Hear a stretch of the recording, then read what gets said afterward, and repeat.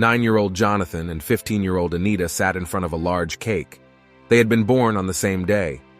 Jonathan's mom had said that if you made a wish and then blew out the candle, it would come true.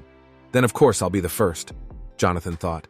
He closed his eyes and said loudly, I want to grow up as soon as possible, and when I am an adult, I will ask Anita to marry me and she will be my wife. Anita heard what Jonathan said, but she was not happy. She only grew sad and bowed her head.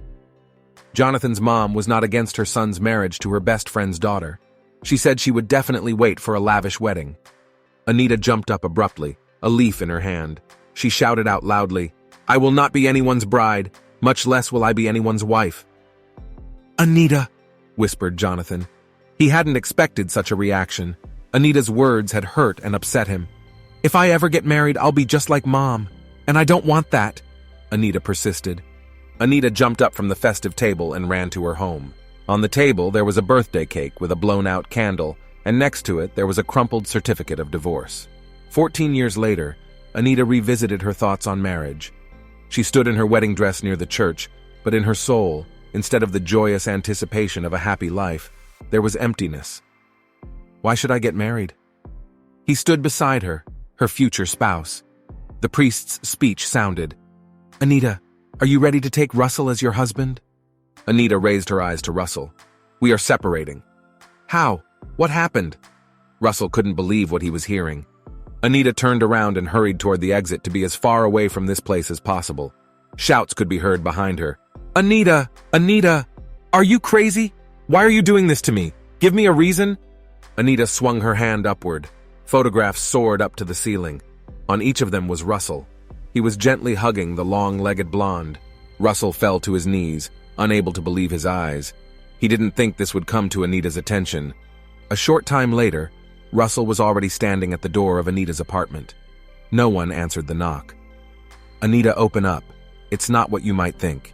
Give me a chance to explain. Anita sat on the threshold of her apartment. She heard what Russell was saying, but she didn't want to communicate with him. Russell was being persistent, so she had to tell him to leave. I mean, this is some kind of nightmare. It was on my wedding day that I got these pictures. It's like a cheap, snotty drama, where the main character's boyfriend sleeps with her friend. It's punishment for a promise not kept. 2 years later, on her birthday, Anita came to work in high spirits. On the phone, her mother told Anita that there was a temple nearby, and that if she made a vow to a higher power there, they would bring 2 hearts in love together. Anita resisted, saying she didn't believe in it. There was a knock at the door. It was the employee responsible for organizing the interview. She came to say that the star they were interested in would be present at the cocktail party. That star is a young pastry chef named Louis Renaud. He has recently arrived from France and every magazine wants an interview with him. Anita is interested in this information. After all, Louis Renaud doesn't give interviews to anyone. And if they get to talk to him, it will definitely boost their magazine's sales. Well, I'll have to go. Anita heard a cheer beside her. Louis, you're back! She found the supposed Louis and went to meet him. Anita! It was Russell. He said he wanted to explain to her what had happened then. Anita didn't want to hear him out. You've made yourself look even more like a creep. I don't want to rake up the past. I don't have time. There's a lot of work to do. Anita! Don't come within 10 meters of me. Luis heard a couple somewhere not far away from them having an argument. He turned around to see what was going on. That's Anita, the editor-in-chief of King magazine, his partner explained to him. Anita. That's hard liquor. Don't you drink too much? Huh, funny. Anita patted him on the shoulder. This young guy sitting next to her was amusing her. She walked away from him wobbly. Thought he was some kind of weirdo, worried about a strange girl. That's weird, thought the guy. She didn't recognize me. Anita walked outside and looked for a cab. A motorcyclist braked sharply nearby. It was him, the guy from the bar. You? Wondered Anita. Didn't recognize you again, thought the guy. You're the weirdo, exclaimed Anita. Weirdo? Do I really look that bad? The boy was saddened. Anita! Russell came running out of the bar door. Anita turned sharply to the guy and commanded him to get her out of here as fast as possible. They quickly picked up speed, leaving Russell behind with his constant excuses. Anita was afraid of speed, so she pressed herself against the odd stranger with her whole body. They stopped in a city park. Anita was slightly surprised, as she didn't understand why he had brought her here. The guy took her hand and led her away. He told her he wanted to show her something. Anita got a little worried. There was total darkness all around. You couldn't even see the path. That they were making their way through small bushes, she realized only by the scratching and crunching of branches. She heard a particularly loud snap and began to topple onto her side. The heel was ruined. Unexpectedly for Anita, a guy picked her up and held her in his arms. At first, she resisted a little, demanded that he put her on the ground as a matter of urgency.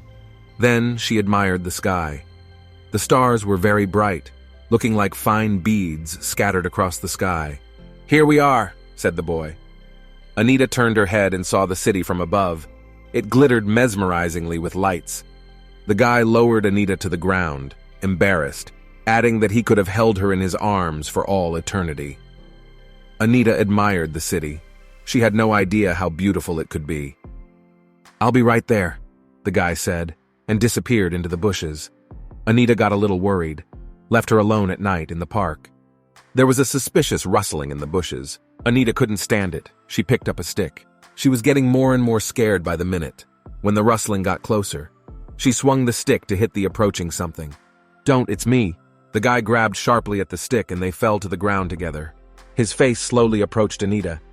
"Don't you think we know each other?" Anita's cell phone vibrated in her purse, giving her no time to think. "Hello? Yes, I'm listening. Russell, are you there? How many times can you do this? How did you get my phone number? Don't you realize I don't want to hear from you? I don't need your excuses." Someone abruptly yanked the phone from her hand. The guy held the phone up to his ear.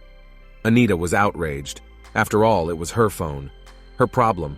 Why was he prying? The guy put his finger to his lips, urging her to shut up.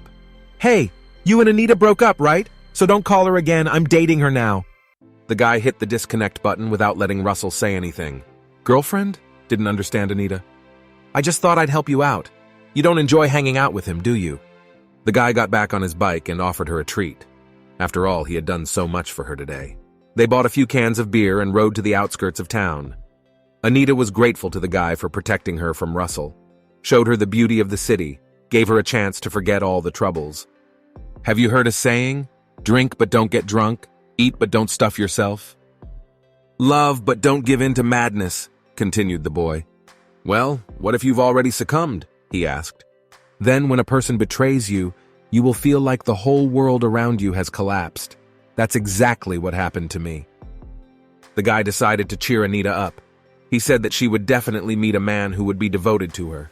He would love her with all his heart. His words sounded very sincere. Do you think such a man exists? Well, then he must be lost if he's taking so long to come to me. You know, maybe his journey to you was too long. Maybe that man still needed to grow up. Anita smiled at him. He seemed too naive to her. She even asked him if he was into romance serials. The guy reached into his backpack. He said he had a surprise for Anita. It turned out to be a brownie. I'll have to pass since I don't eat sweets. But it's my birthday today. Then let's eat it together? The guy raised his hand up, pointing to a shooting star, offered Anita to make a wish. I haven't believed in that since I was a child, replied the girl. You want to make a wish yourself. Of course, I have one wish. I want the girl I love to love me back. The boy stroked Anita's face.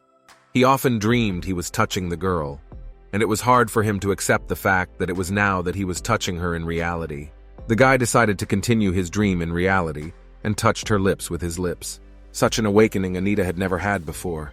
Anita pushed the guy away so sharply that he fell with a clatter off the bed. Who are you anyway? She exclaimed. The guy got up from the floor. He had Anita's palm print on his face. He was extremely surprised that she didn't remember last night at all. Yesterday? So you're the weirdo from the bar? How did you drag me home?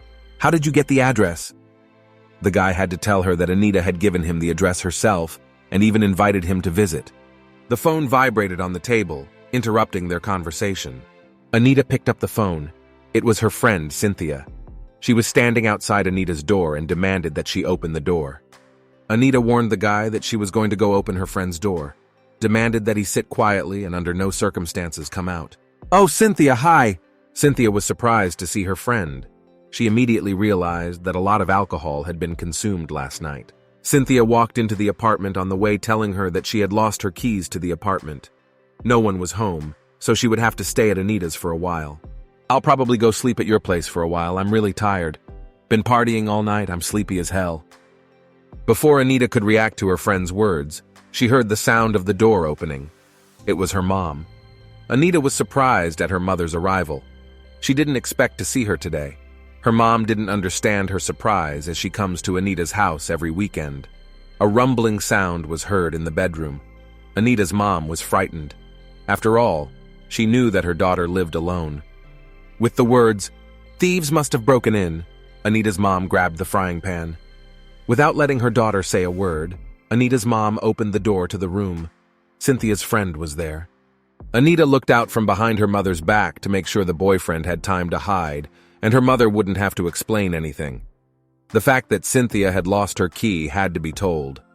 From behind her mother's shoulder, Anita asked her friend with only her lips where the boy had gone. Cynthia gave Anita a thumbs up to show her that she had everything under control. The mother confessed to Anita that she had heard a man's voice in her daughter's apartment. Anita had to lie that it was Cynthia getting a little hoarseness after a nap. Cynthia was puzzled why her best friend hadn't told her she had a boyfriend, and a handsome one at that.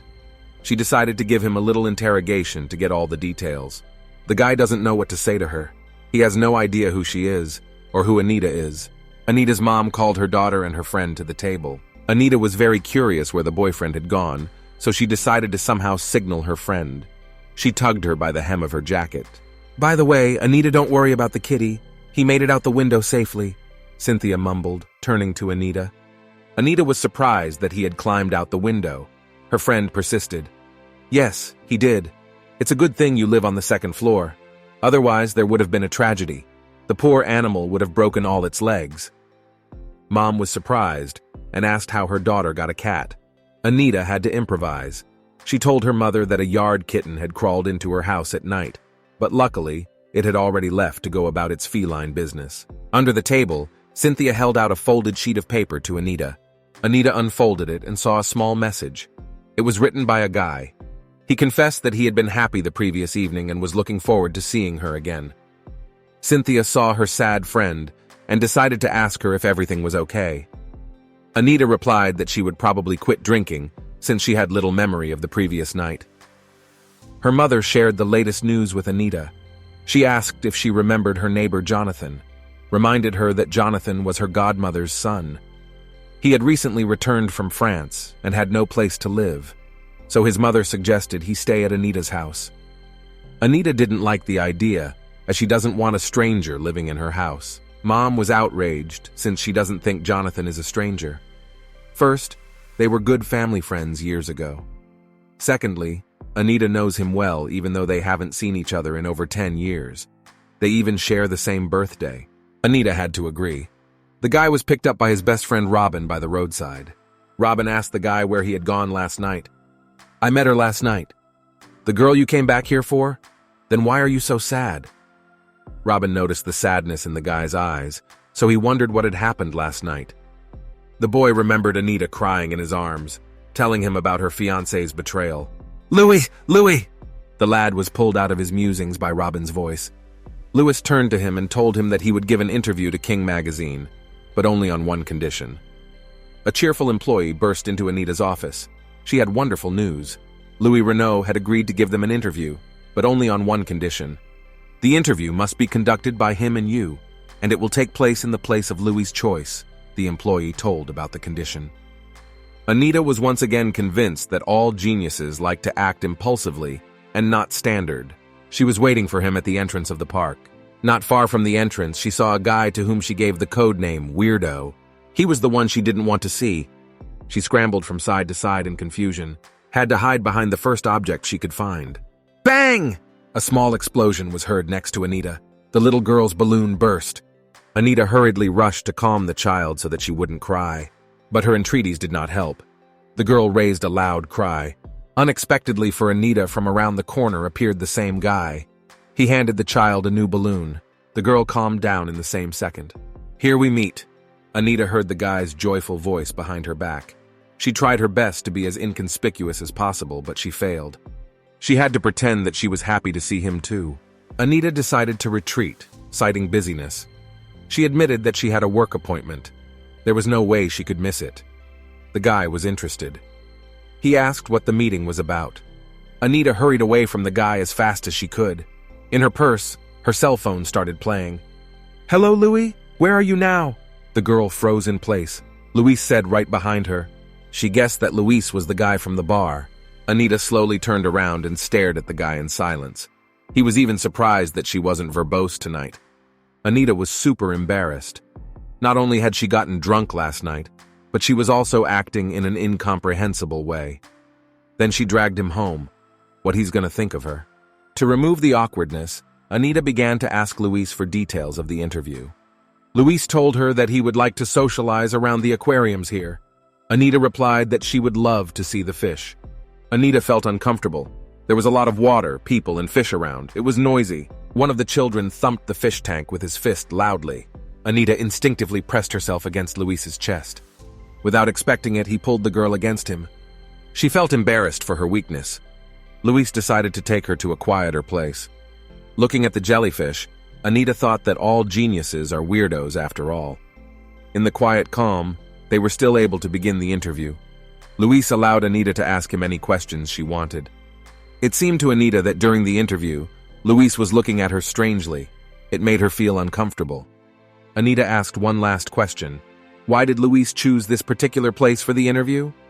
Because I can see the stars here. It's like stars underwater. Luis remembered little Anita promising him that she would take him to look at the stars if he stopped crying.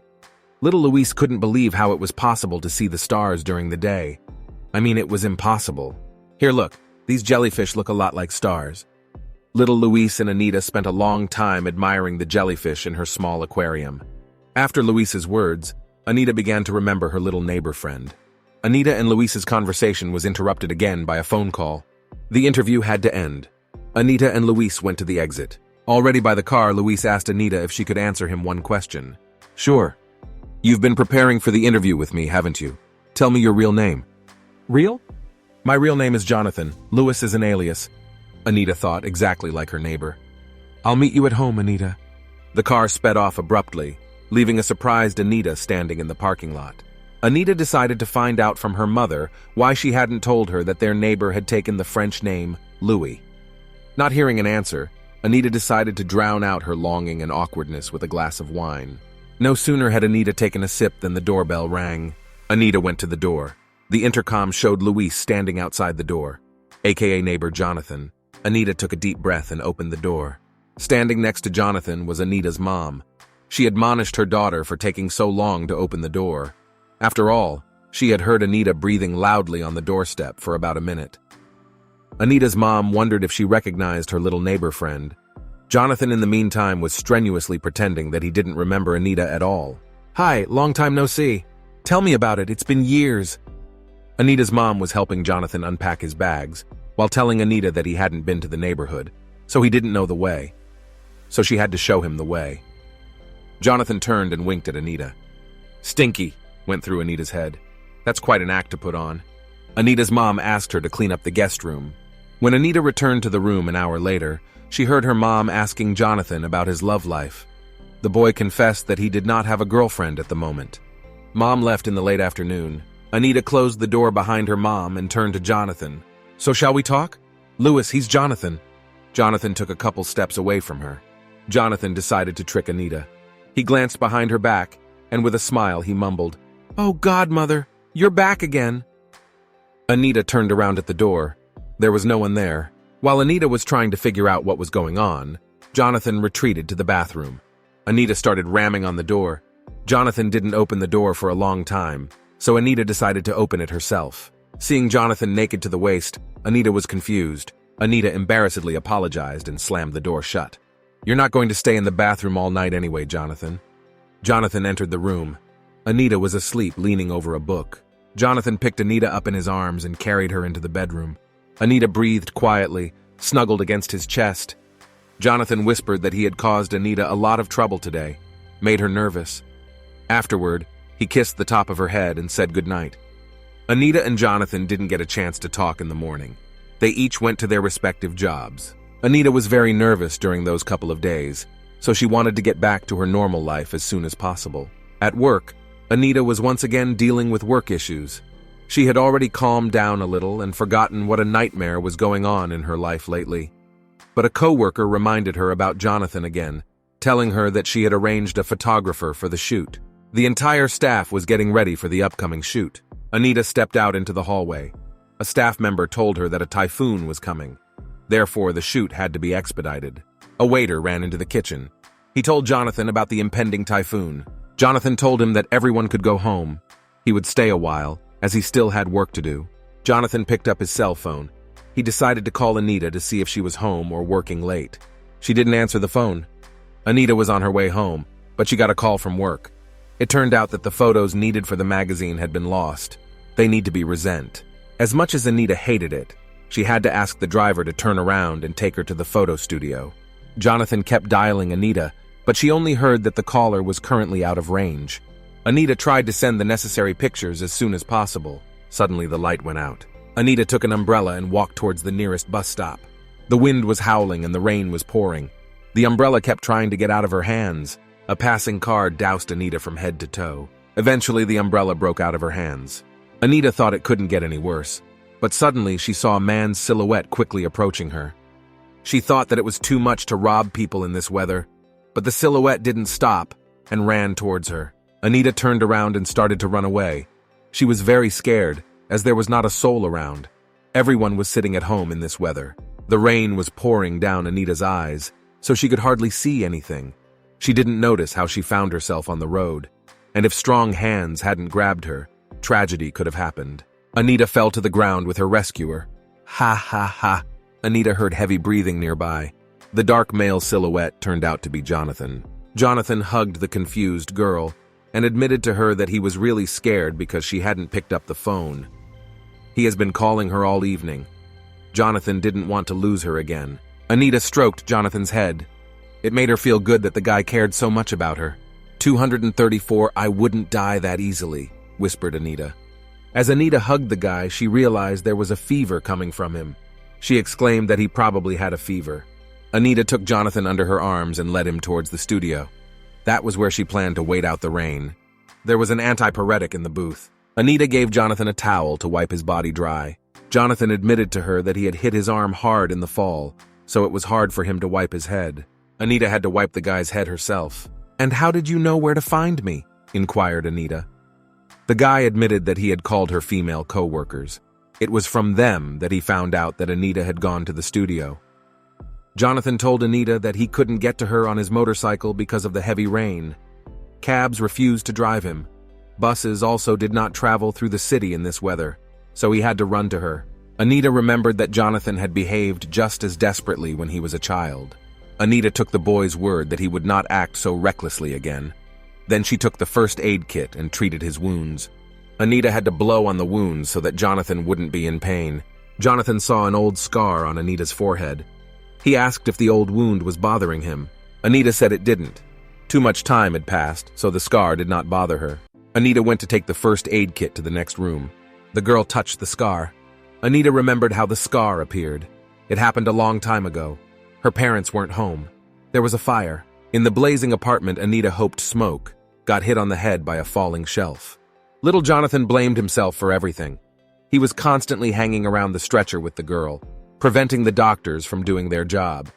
One of Anita's memories is of a crying Jonathan leaning over her. Anita found someone's old jacket in the next room and brought it to Jonathan to wrap him. The boy was sound asleep. Jonathan woke up from her touch. He admitted that he was very cold now. His whole body was freezing and he felt very weak. Anita concluded that the fever had not yet broken. The girl suggested still looking for clothes at the studio for Jonathan to wear. The guy said he didn't need to and grabbed Anita's hand. Jonathan sat Anita down next to him and put his head in her lap. "There you go, I feel so much warmer," admitted Jonathan. The girl thought that Jonathan was still a child. Just like when he was a child, he immediately nudged when he felt sick. While Jonathan was around, Anita decided to ask him questions that interested her. She asked him why he had not told her who he really was. Jonathan confessed that he wanted the girl to recognize him for herself. He gave her a lot of hints and didn't mention at all why she didn't see him as an old friend. Anita mocked him. What made him think she would recognize him right away? After all, so much time had passed. He had grown up, changed a lot in appearance. How could she recognize him? Jonathan answered her that he could recognize her even after many years. Anita asked the next question, why Jonathan had decided to return to his hometown. He replied that someone dear to him lives here. Therefore, he wants to be as close to him as possible. Jonathan also decided to ask Anita a couple of questions. He asked her if she held a grudge against him. After all, he had caused the fire. Also, because of that tragedy, the girl had a rather large scar on her forehead. Anita calmed the guy down. She said that she did not hold a grudge against him at all for what had happened. She asked him not to blame himself. After all, it was just an accident. Anita was woken up by a phone call. It was a call from work. The employee said that she would bring all the necessary things to the first studio. Anita hung up the phone, and only then realized that she was now in Studio 1. Anita jumped up abruptly, knocking Jonathan over. Anita took a couple steps and fell to the floor. Her legs wouldn't listen to her. They had swollen overnight. Anita fell back into Jonathan's arms. Anita began to panic. She really didn't want the staff to see her like this. Jonathan held out his arms to her. He offered to carry her in his arms because she would not be able to walk on her own right now. Anita agreed because she had no other choice. Only at home, after a shower, Anita felt alive. Anita went to the kitchen. There was a strong smell of something delicious. Jonathan was standing at the stove. Something sizzled loudly. Jonathan was making breakfast. Today was a day off, so they could enjoy their meal in peace. The guy decided to make a French pancake in the morning. The food was very tasty, and it looked extremely appetizing. Anita decided to praise him for his breakfast. Jonathan got embarrassed and told her not to forget who he was by profession. Jonathan suggested that Anita cook her breakfast every morning. The girl wondered why Jonathan had chosen the profession of pastry chef. After all, as a child, he did not like sweets. The boy froze. He hesitated for a while and then admitted that the reason was her, Anita. Sometime after they started dating, Jonathan stood at Anita's door and dialed her on the intercom. Jonathan didn't understand why Anita stopped answering his calls and sent him a message he didn't understand. At lunchtime, Jonathan received a message that Anita was not expecting him until after 7 in the evening. She insisted that he should not come earlier. Jonathan did not wait for a reply, so he decided to open the door with his key. When he entered, he was a little surprised at what he saw. Anita was standing by the stove. She was extremely indignant that Jonathan was already home. She asked him why he didn't listen to her and came early, to which the boy resented that he had come as she wanted him to. It was 8:30 on the clock. Something was already burning in the pan. Jonathan picked the girl up and sat her down on the table. "Why didn't you say you wanted to have dinner at home? I would have cooked for you." Jonathan noticed that the girl was upset about something. Anita asked him if he remembered what day it was. Jonathan started to guess. Christmas, no. Our anniversary, no. Valentine's Day, maybe. Anita sadly said it was okay if he couldn't remember what day it was. If he forgot, they simply wouldn't celebrate it. Jonathan smiled and hugged the girl. Of course he remembered what day they were celebrating today. "Happy birthday, sunshine!" Jonathan hugged Anita gently. Then why was he breaking the comedy? Anita resented. Jonathan admitted that he simply wanted to surprise her.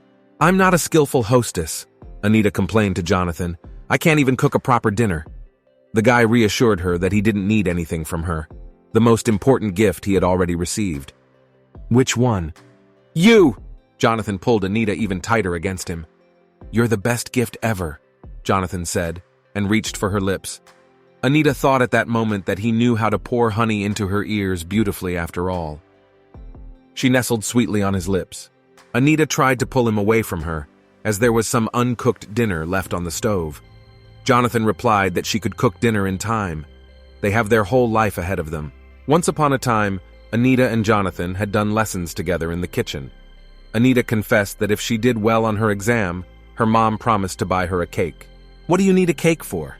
It's not like they're tasty, sweet, slippery, nasty." Anita was indignant and said they were delicious. Explained that they are pleasantly sweet and just melt in your mouth. Anita confessed that when she eats them, she feels happy. "Well then, I'll ask my mom to enroll me in a pastry chef course." Anita decided to cheer up her friend and promised that if he baked a cake for her, she would fulfill his every wish. Jonathan decided to make a bet. If Anita likes the cake he bakes for her, she will become his bride. Upon hearing this story, Anita was surprised. She had once said the cake as a joke, but Jonathan had taken it so seriously. She was also pleased that he had decided to become a pastry chef to surprise her with delicious desserts. Anita told Jonathan that she thinks of him as a child. He is just as naive as he was when he was a child. Anita admitted, looking into Jonathan's eyes, that she couldn't believe that her little friend had become such a grown man. She remembered him as a 10-year-old boy boarding a plane to France. The phone rang. Anita picked it up but was in no hurry to answer it. "Why aren't you answering it?" asked Jonathan. Anita told him that it was a call from a guy her mom wanted to set her up with. She doesn't like the guy. She doesn't want a relationship with him. But she doesn't know how to tell him, much less her mom. Jonathan asks why she doesn't want to find a boyfriend. He said that if she was alone, she would be lonely. Anita replied that having a boyfriend is not a guarantee. She could be lonely around him. Anita explained her position by saying that she thinks marriage is a waste of time. She doesn't want to waste her energies on some stranger, and she doesn't want to be deceived again. She doesn't want to be betrayed. Jonathan responded to these words by saying that everyone should not be lumped into the same category. Everyone is different. She just needs to find the right person for her. After all, in relationships and in marriage, a lot depends on the chosen one. Anita confessed to him that she does not believe in strong, all-consuming love. She has not met people in her life who love each other devotedly. Anita assumed that even if there is love in this world, it will definitely bypass her. Anita considers herself unlucky. She finds it hard to believe that there will be a man who will truly love her. Anita got up from the table. She wanted to end this unpleasant conversation as soon as possible. Conversations like this added sadness to her life. "I don't want my negative example to discourage you from dating girls. By the way, your aunt called the other day. She asked me to find you a girl." Anita decided to take the conversation in another direction. Jonathan groggily got up from the table. Anita continued to ask what kind of girls Jonathan liked. Told him that they had a nice single female employee at work, and if he wanted to, she would be sure to show him her picture. Jonathan walked over to Anita, took her by the elbow. He turned her around to face him. "Anita, don't you want to try with me?" Out of surprise, Anita rolled slightly to the side. She had to lean against the edge of the tabletop to keep from falling. Jonathan continued, "Try to love someone again, trust him. Maybe you'll succeed this time and be consumed by an unearthly love." Anita touched the boy's forehead, surprising him. Anita explained that she was worried because he was clearly delirious. His fever had probably broken, and he had a fever. Jonathan said that the fever had broken last night and that he was perfectly healthy now. Anita turned away from him and went to her room to change. She asked Jonathan to close the windows if he wanted to go anywhere. In the afternoon, heavy rain was promised again. Anita turned around with Jonathan and started thinking aloud that having a little brother was not so bad. Anita retired to her room and leaned against the door. She wanted so much to be loved, to be a good wife and mother. But in reality, she had become a callous, lonely woman. Apart from a job, she had nothing at the moment. During the conversation, Jonathan was sincere. Anita could see that, but she didn't want him in her life. Anita hadn't learned how to build a relationship. She was only good at ending them nicely. She was going to work, thinking about her destiny and the people around her. Suddenly, a car honked its horn. Her best friend was driving it. Anita sat in the passenger seat and asked why Cynthia had decided to change her car. She told her that the previous one reminded her of her ex. Cynthia invited Anita to attend her high school reunion. Anita didn't like the idea because usually at such events men brag about their wealth and success, and women about their successful marriages. Cynthia told her that this time she had organized the reunion herself. She informed everyone that she would gather the whole class. Therefore, Anita just has to come. Cynthia is really counting on her. Cynthia admitted that she managed to book the coolest place around town. She had to use all her connections to do it. Cynthia bragged that a young popular pastry chef works at this cool place. He is said to be quite statuesque and attractive in appearance, so it wouldn't hurt for her friend to go look at him. Anita asked her friend to stop by the bar to share the latest news with her, and she had a lot to tell. "Wow, that guy I met at your place is that famous pastry chef from France, and he's your childhood friend. I'm surprised. By the way, do you live together?" wondered her friend. Cynthia noticed that her friend was rather sad. Something was troubling her. Cynthia wondered what had happened between her and Jonathan. What could have happened? "After all, he's just my little brother," replied Anita. Jonathan hurriedly opened the door. It rang long and insistently. Standing outside the door were Anita and Cynthia. They smelled of alcohol. "Hello, handsome," exclaimed Cynthia. Jonathan picked Anita up and began to put her to bed. As he did so, he gently mumbled under his breath that she was completely drunk. Anita contradicted him by making a case for her sobriety. Cynthia said goodbye, refusing Jonathan's help. He wanted to call her a cab. Cynthia decided to give Jonathan some advice. After all, it takes a little time and patience to melt ice. Cynthia wished him luck. In the evening, Jonathan sat across from a sleeping Anita and pondered over Cynthia's words. "She's right, I was impatient." Anita woke up. She questioned him as to why he had chosen her. Anita asked him to promise her that if he met the right girl, he would definitely give that girl a chance. He would start dating her. Jonathan clasped Anita's hands to his chest and told her that there was no room in that heart for anyone else, that he didn't understand why she was asking him to date others. "You're an idiot," whispered Anita. The girl asked, treating her like before. After all, everything was fine. There was no such mental torment. Cynthia was persistent. She sent messages every day inviting Anita to the reunion, so she had to give in. Anita still agreed to come to the event. Cynthia looked again at the list of people invited to the reunion. She was extremely interested in one name. She decided to dial that person. On the desk of the young surgeon, Denny Crow, the phone rang. He picked it up. Hearing a second invitation from Cynthia, Dennis hurriedly declined. After all, there were 2 surgeries scheduled for that evening. But when he heard that Anita would be there, he decided to come. Anita and Danny met 13 years ago. They went to school together. Denny liked Anita's spontaneity, her love of learning and books. He was 2 years older than the girl. Sometimes Denny had to slow Anita down. She was just turned on by her studies, all the time reading books, researching something new. Anita rushed to class again as soon as the bell rang. Denny had to shout at her, "I'm going to America." "Then I wish you good luck." Dennis invited Anita to go for a walk, for he had something important to tell her. He wanted to meet her on Saturday. Okay. On Saturday at the stadium, Denny rehearsed what he would say to Anita when he met her. They had been talking for a year now, and he really liked the girl. To be honest, he had fallen in love with her the first time they met. Denny wanted Anita to be his girlfriend. Even though he was going to America, he hoped that when he returned, they would definitely date. It was pouring rain on Saturday evening. Dennis kept dialing Anita's number on the phone. The operator once again said that the caller could not answer at the moment. Denny was frustrated. Streams of water were slowly dripping down his face. Dennis got out of his seat and rushed to Anita's house. Her godmother asked Jonathan to be careful on the road. It was late in the evening and the rain was pouring outside. A panting Danny ran to Anita's house. A small neighbor was coming out of her yard. His name was Jonathan. Denny decided to see if Anita lived here. Jonathan looked at him warily. The boy seemed strange to him. He stood in front of him completely soaked, with dirty, wet shoes. Jonathan said he had no idea who Anita was. This was his house.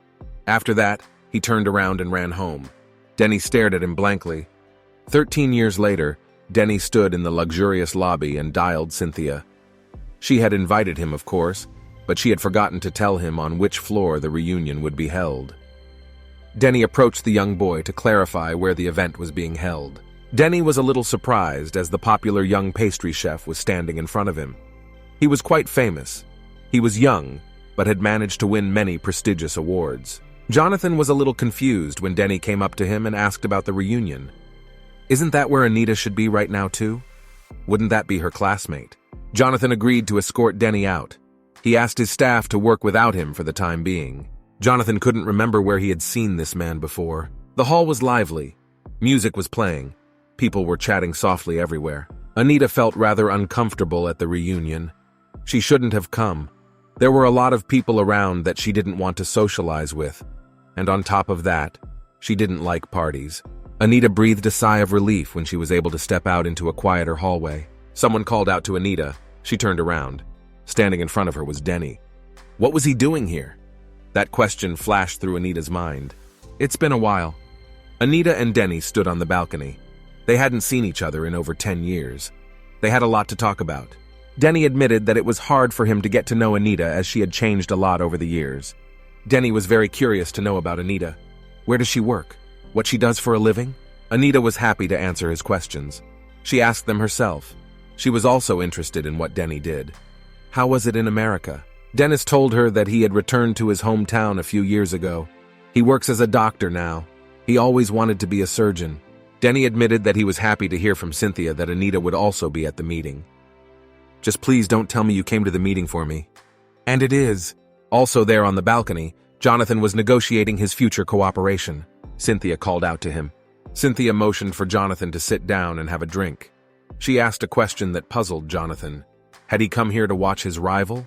With the neck of the bottle, Cynthia pointed to the edge of the balcony. There was a couple standing there. They were talking sweetly. Jonathan recognized Denny and Anita. That's the guy! Cynthia told him it was Denny. He was popular at school. Absolutely every girl liked him. Jonathan asked if Cynthia had dated him too. She had to admit that Danny was not her type. Jonathan wondered how Anita had reacted to Danny. Cynthia wondered.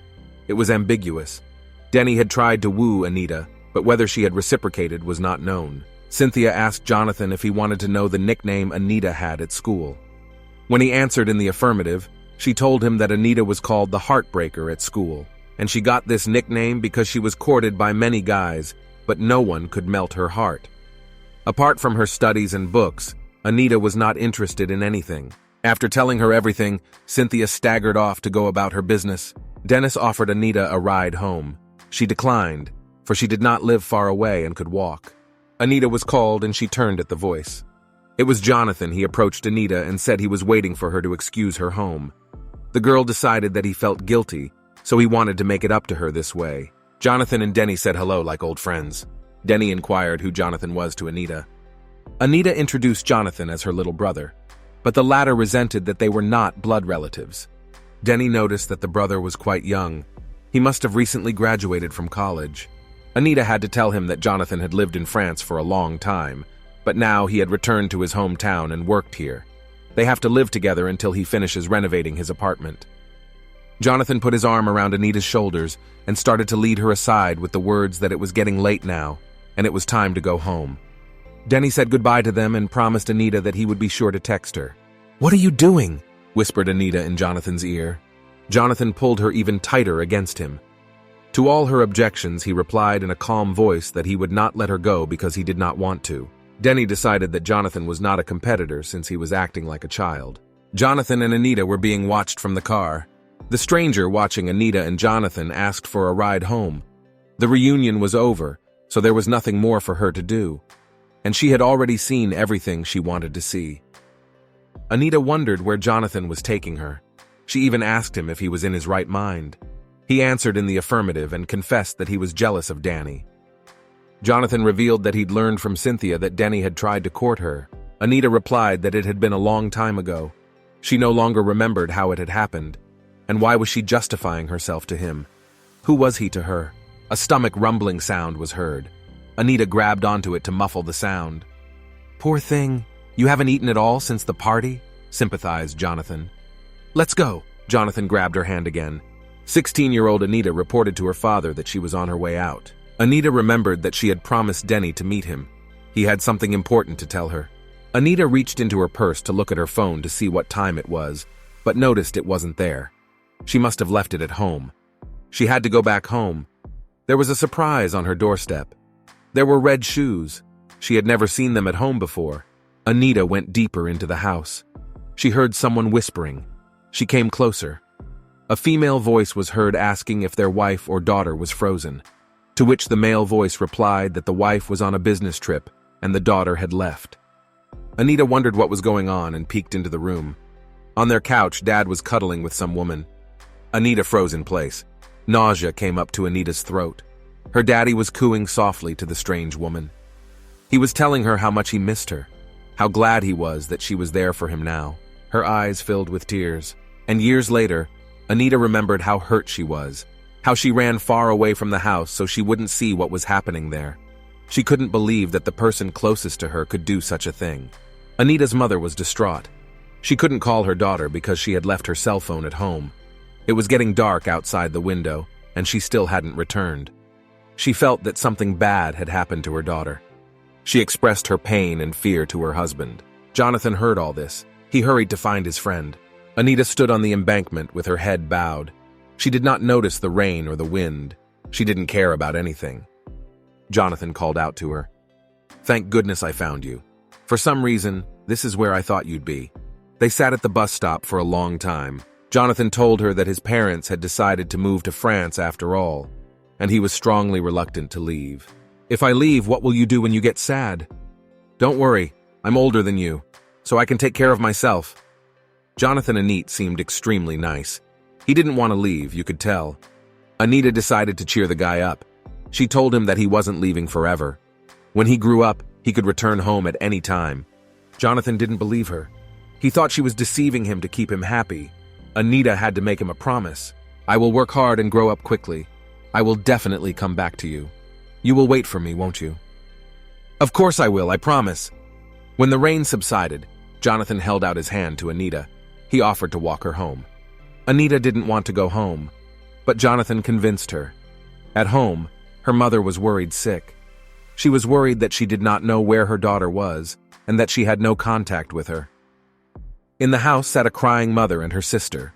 The latter was also worried that Anita was not at home, but she was also angered by the behavior of her sister's husband.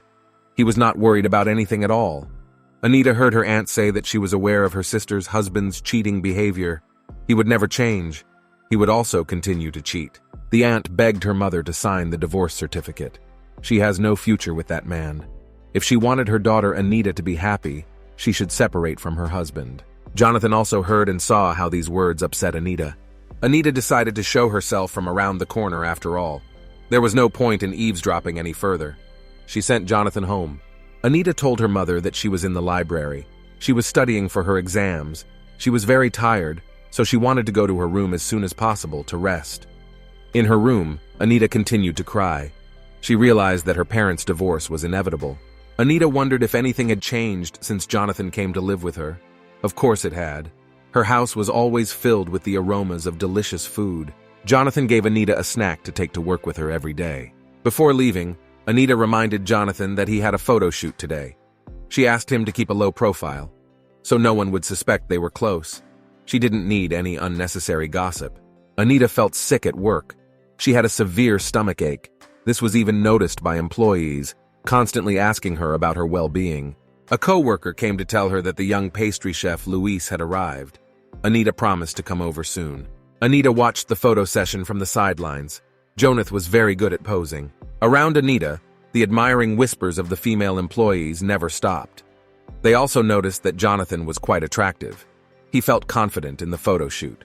Anita was getting worse by the minute. Her stomach ached more and more, not stopping even for a minute. She bent over.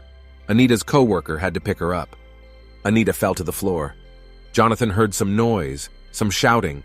He realized from the exclamations that something had happened to Anita, the editor-in-chief. Jonathan rushed over to Anita. Jonathan sat down next to Anita to find out what had happened to her. The girl admitted that her stomach hurt badly. He lifted Anita in his arms and promised to take her to the hospital. Already at the hospital, Jonathan ran into Denny in the corridor. He admitted that he was a doctor and that he worked here. Dennis approached Anita to find out what had happened to her. He gently felt her stomach, always asking where it hurt, how it hurt. After examining her, Denny said it was serious. Anita's appendix was inflamed. Anita was very frightened. She was afraid of surgery. She didn't like hospitals at all. Wasn't there any other way to cure appendicitis?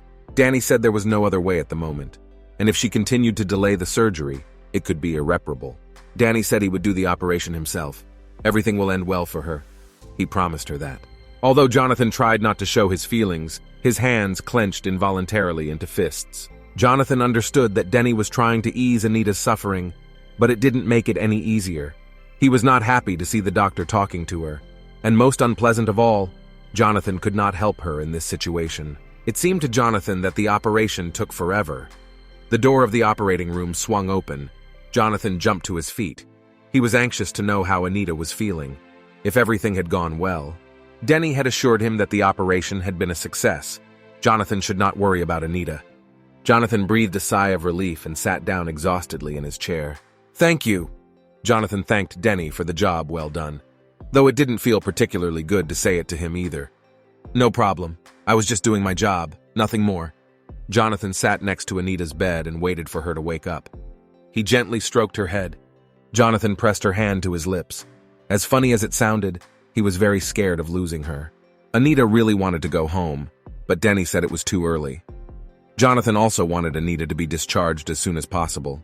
He was angry that she was seeing Denny every day. Outside the door, Jonathan decided to talk to Denny. He was angry that the doctor was always coming to see Anita, as if he had no other patients. Jonathan counted that Dennis had entered Anita's room more than 10 times. Denny started making excuses that he was her attending physician, and it was his responsibility to examine the patient, to follow up on her. They each took a glass of juice for Anita and raced to her room. Dennis began to resent the fact that they were in a hospital, and it was not appropriate to behave like that. He did not slow down, though. Jonathan kept up his speed, bragging that the taller guys had longer legs, so they ran faster. They flew into the ward almost simultaneously. Their feet tangled in the doorway. Glasses flew upward. One of them ended up on Anita's head. Anita was furious. She reminded them that she had ordered them to stay away from her.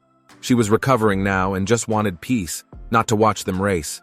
Jonathan and Denny started arguing over whose cup ended up on Anita's head. Denny brought the peach juice, with Jonathan made of kiwi. The only thing left to do was to go over and examine the blurry slurry on Anita's head. But they were unable to do so as Anita ordered them to leave her room now. Anita hadn't showered in days. She wasn't comfortable, but the nurse wouldn't let her bathe. On top of that, Anita was completely juiced up. The only thing the nurse allowed was for someone close to her family to wipe Anita down with a damp towel. After saying that, Jonathan appeared in the doorway. He was holding a towel in his hands. Anita had no choice but to allow Jonathan to wipe her body. She turned her back to him and pulled down her robe. Embarrassed, Jonathan wiped Anita's body. Jonathan asked Anita if she had told her mom about her surgery, to which she replied that she had not. She didn't want to worry her, and the surgery wasn't complicated. There is no reason to worry. Anita told Jonathan that she was more worried about work. She was worried that there would be an emergency at work without her. She had never been away from the workplace for so long. Jonathan took both hands on the girl's face to get her to shut up and calm down.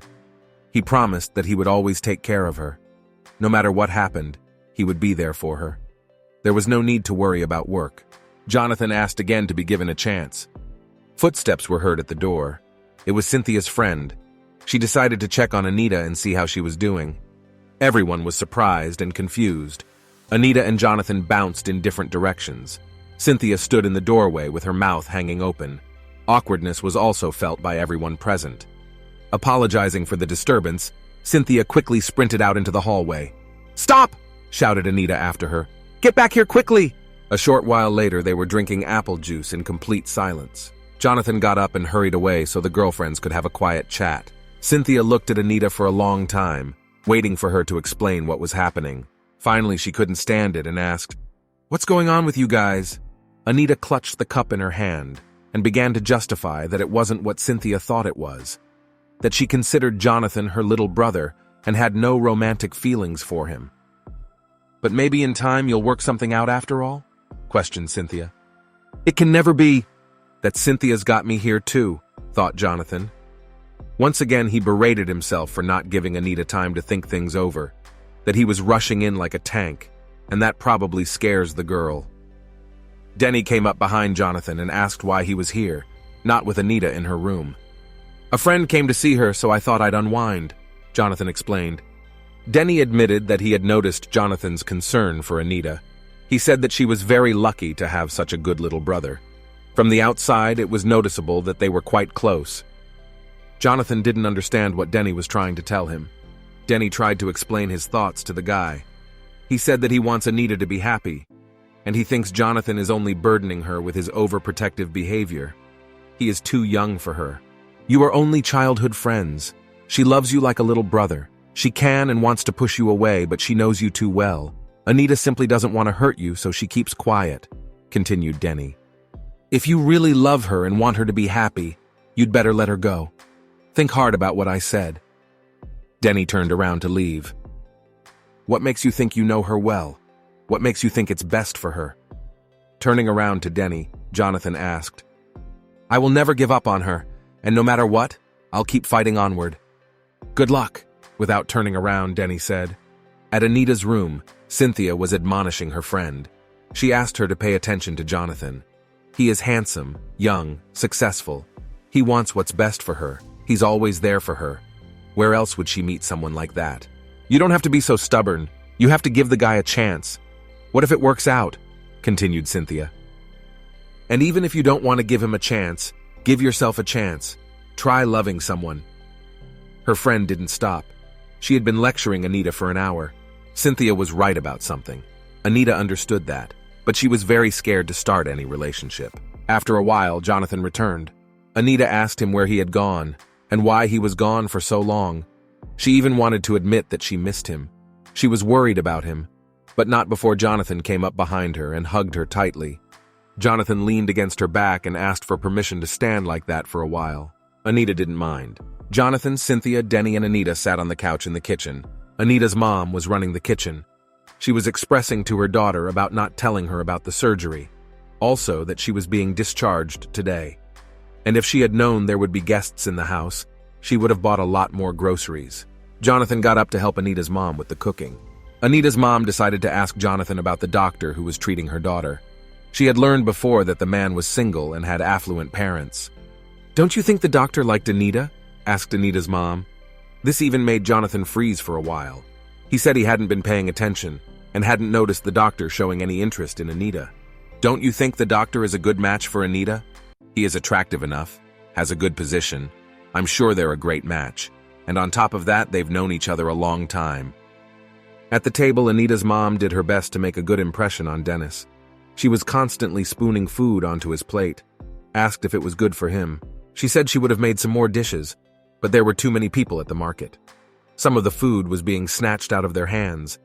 Danny didn't understand why they needed more food when everyone's plate was full. Cynthia turned to her friend. She sat suspiciously silent. Anita lowered her eyes and blew quietly on the hot soup. Jonathan also ate silently. Jonathan tried to keep his legs around Anita's feet and pulled them slightly towards him. Anita looked puzzled. Jonathan pretended that nothing was happening. Cynthia moved toward her friend to see if something was wrong. Maybe she was sick again? "It's nothing. The soup is just hot." Anita and Cynthia decided to walk Denny to the car.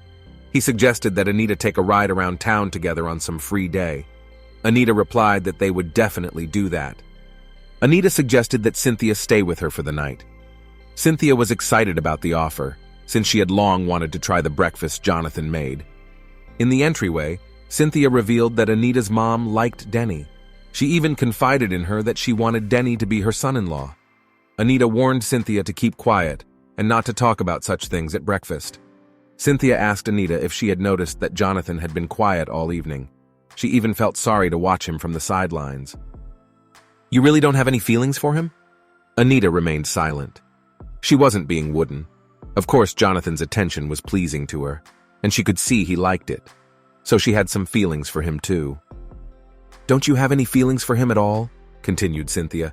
"Is it because of your age difference, or do you still remember the past? What's the reason?" But you can't lose your future because of the past. A while later, Anita still decided to answer her friend's questions. These answers would help Anita to understand herself. Even if one does remove the past, forget what happened, it's still hard for me to explain my feelings for Jonathan. I don't feel like messing with him is worth it.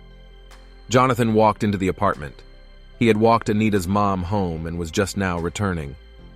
He overheard Anita telling her friend that she only had feelings for him as a younger brother. Cynthia, on the other hand, asks why Anita won't consider him a man.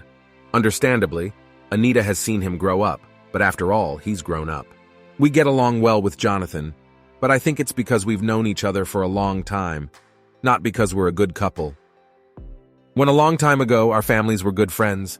We saw each other a lot. We're good friends." Jonathan stood under Anita's bedroom door and heard him say that if you forget those times when they were friends, they were strangers to each other. Cynthia told Anita that she understood her thoughts. She too thinks that friendship-like feelings are extremely hard to translate into romantic feelings. But then why does Anita think about Jonathan so often? Anita admitted that she has fears. After all, Jonathan hasn't seen her in years. He remembers her as a teenager. She worries that this image has stayed in his head, so he won't be able to accept the real her. After all, the person he likes is just an old version of me. I've become a completely different person. I'm afraid he'll be disappointed. After all, reality and fiction are different things. Jonathan heard behind the closed door. I'm afraid that if he recognizes the real me, his passionate feelings for me will disappear. He'll leave, and I'll be left with a broken heart again. What a fool, thought Jonathan. So what makes you think I haven't seen you in all these years? 6 years ago, Anita was looking for a job. Is that your goddess, Louis? Asked Robin. She's very much so. 17-year-old Jonathan, aka Luis, confirmed that Anita was very pretty. It couldn't be any other way. And turn away from her. I only allowed you to look at her once, and you've been standing there staring for minutes. Robin said he understood now why Jonathan had been in such a hurry to get home all these years. Robin also wondered why Jonathan didn't want to approach his old friend. I mean, they know each other. Why watch her from around the corner? To which Jonathan replied that he wasn't ready yet. I will only approach her when I am truly an adult, when I can pay her, make her happy. I don't want her to see me as a little neighbor who's like a brother to her. Anita's phone was bursting with messages. Denny was calling her to visit their biology teacher, Abigail Jones, who was sick, and Jonathan was offering to pick her up after work. Anita decided to say no to Jonathan. She asked him not to pick her up since she would be busy in the evening. Jonathan heard someone calling him by his French name. He turned around. It was Robin. The event coordinator from their partners had come to see them. Jonathan's presence was needed. Robin said that the coordinator was a woman. Her name is Samantha. When they arrived at the restaurant, she was already waiting for them with a cup of coffee. The woman was young and quite pretty, long-legged blonde. Denny picked Anita up at work. Denny and Anita drove up to the biology teacher's house, but she was not home. Denny dialed her to see if she was all right, how her health was, if she was feeling better. Denny told Anita that it would have been better to call the teacher beforehand, but he wanted to surprise her. Well, since we didn't catch the biology teacher at home, why don't we take a walk around town? Walk around the school? We don't have to go back, do we? Suggested Denny. Denny told her that he had wanted to ask her a question that had been bugging him for years. Remember in high school, before I left for America, I asked you to meet me? Robin, Jonathan, and Samantha were discussing the specifics of the upcoming event, sorting out the menu. Samantha told Jonathan that she relied on him a lot. She just had confidence in him to make truly delicious desserts. Of course, Robin's phone rang. He apologized, said he had to take that call, and hurried out from behind the table. Jonathan said he was going too. Samantha asked him to stay late. Samantha confessed that she had always admired Jonathan's ability to create truly delicious desserts. They had a distinctive flavor and texture. Samantha admitted that she was a fan. Samantha confessed that she had wanted to say that to Jonathan for a long time. She was glad that she had gotten the opportunity to do so after all. Samantha touched Jonathan and asked what kind of women he liked. Jonathan took a step back and pushed her hand away. "So it's really you?" heard Jonathan behind his back. Together with Samantha, they turned at the voice. "Cynthia," marveled Samantha. "Finally, I'm going to take all my anger out on you," said Cynthia, and slapped Samantha across the face. "You should have done this 2 years ago." Samantha looked up and told Cynthia that Cynthia remained just as testy. Cynthia replied that if Samantha knew how testy she was, she would simply stay as far away from her as possible. Samantha turned to Jonathan and said that she had to go now. All the intricacies of the job, his assistant would explain to him afterward. When Samantha left, Jonathan asked how Cynthia knew the coordinator. Cynthia told him that Samantha used to be their best friend, and it was her fault that Anita was still single. It was Samantha who stole the fiancé from Anita. Cynthia told Jonathan she didn't want him to fall for Samantha either. She only wants what's best for her friend. She asked Jonathan not to hurt Anita. Before leaving, Cynthia asked Jonathan to do his best to make sure that Anita and Samantha never meet again. Cynthia and Robin met in the alley. She quickly said hello to him and ran on. She was urgently called to work. Jonathan saw his friend Robin standing at the edge of the alley looking somewhere in the distance. Jonathan walked closer to Robin and called out to him. Robin said that Jonathan had scared him. Afterward, he said that he had met a girl in the alley. She seemed familiar to him. Jonathan said that Robin liked almost all the girls and remembered all of them. Danny brought Anita home, but she wouldn't come out. He had to say loudly that they had arrived. Anita rubbed her eyes and admitted that while he was driving, she dozed off a bit. She wanted to get out of the car, but she realized she couldn't. Her seatbelt was jammed. Denny decided to help her. Jonathan came out of the driveway and saw Danny's car pull up to the house. Anita was sitting next to the doctor. It seemed to Jonathan that Denny reached out to kiss Anita. Late in the afternoon, Anita was cleaning the house. The front door opened. Jonathan walked in. She asked him why he was home so late from work. Did something happen? Jonathan told Anita that he had gotten caught in the rain. He didn't have an umbrella since he doesn't like to carry umbrellas since he was a kid. Anita went up to Jonathan and asked him to take off his wet clothes so that he would not get sick again. With her words, she surprised Jonathan a lot. Anita climbed back on the chair and searched for something on the top shelf for a long time. Jonathan asked her what she was looking for. Anita admitted that she was looking for her favorite glass and complained why Jonathan had hidden it. Jonathan asked her to get off the chair and he would get her the glass himself. Anita said she didn't have to because she had already found it. She turned to Jonathan and showed the glass. Suddenly something went wrong, and Anita realized that the chair beneath her was wobbling and she started to fall. Jonathan picked her up. Jonathan and Anita fell to the floor again. Anita thanked Jonathan for being able to catch her. Denny drove home and reflected on what Anita had told him. She explained to him that she had not been able to come to see him years ago because she had family problems. Anita got up from the floor. She was embarrassed that she kept falling. Jonathan had already caught her several times with his body. Jonathan took her hand again, pulled her to him. Jonathan took Anita's head and began to slowly pull her face to his. Anita realized that Jonathan wanted to kiss her. She didn't know what she should do in this situation. Anita put her hands on Jonathan's shoulders. This way, she made it clear that she did not want to kiss him yet. Jonathan rested his head on her shoulder. His heart was racing. Jonathan turned his back to Anita and went to the door. He said he had to go back to work. It's very busy there, so he won't be coming overnight. She might not be expecting him. Anita called out to him. She inquired what was going on with him. Anita noticed that he was acting strange. Jonathan answered her that he was fine. She shouldn't worry. Just let her close the door behind him. Anita would be alone in the apartment. She should be careful. The doorbell rang. Robin opened the door.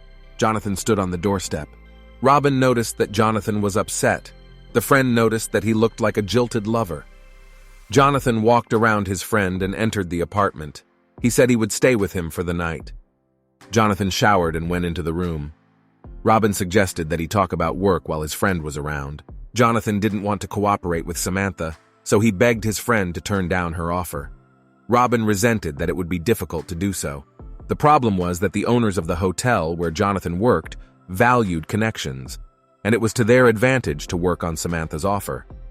If Jonathan turned it down, he might have a hard time.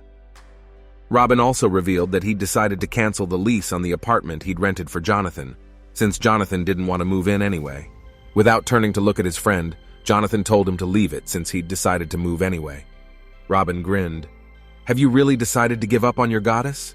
Decided not to fight anymore? What do you think? At home, Anita had a sweet dream. Jonathan had a place in the dream. He said he loved her. But could Anita love him? Anita leaned over him to kiss him. This way she wanted to show him her sincere feelings. Yes, I will definitely love you. The rumbling of her own heart woke Anita up. The horror of what a pervert I am. In the evening, rain was again promised. So Anita decided to go home by car. Her cell phone rang in her purse. It was Jonathan. Jonathan told Anita that he was moving out on her. The girl froze in place. The rented apartment is ready, so I don't want to burden you anymore, Jonathan said into the phone. Jonathan told Anita that he would move out of her place this evening. He said he wanted to pack his things in front of her, but if she is very busy tonight, he can do it all by himself. Anita said she would be there soon, so he would wait for her. Anita managed to catch Jonathan at the apartment. She was very happy about that. There was so much she wanted to say to him. Anita stood in the doorway, unable to say a word. Jonathan noticed this. To lighten the mood, he asked her why she did not come in. Anita stood silently on the doorstep. She did not know how to start a conversation. Jonathan had to call her by name to get her to talk. Anita could think of nothing better to do than to ask him when he was leaving. Jonathan replied that he was leaving right away. He had already packed all his things.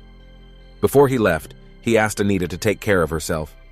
Jonathan turned his back to her and headed for the door. Anita shouted in his wake to wait. Jonathan turned back to her. One day you will settle down. Don't forget to tell me that, whispered Anita. Okay. Jonathan was picked up by his friend Robin. Already in the car, Jonathan decided to text Anita. Anita sat at her desk in frustration. Her cell phone vibrated next to her. It was a message. The message was from Jonathan. He warned her that he had prepared dinner and breakfast for the morning. All the groceries were in the refrigerator. The postscript read, "Hope you enjoy it."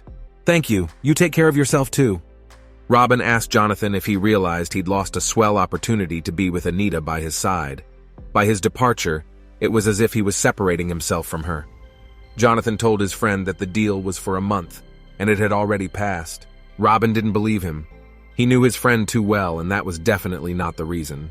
"I just thought that if I met her after all these years, she would stop seeing me as a child. But she still looks at me like I'm a 10-year-old boy."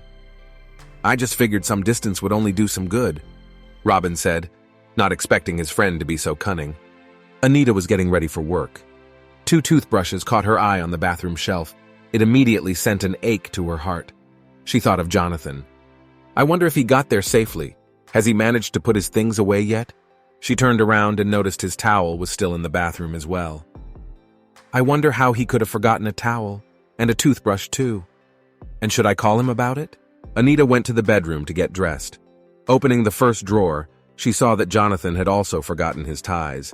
Opening the second drawer, she saw Jonathan's watch. In the closet, Anita found Jonathan's belongings. Shirts, pants were left there. It slowly began to dawn on Anita that he had done it on purpose.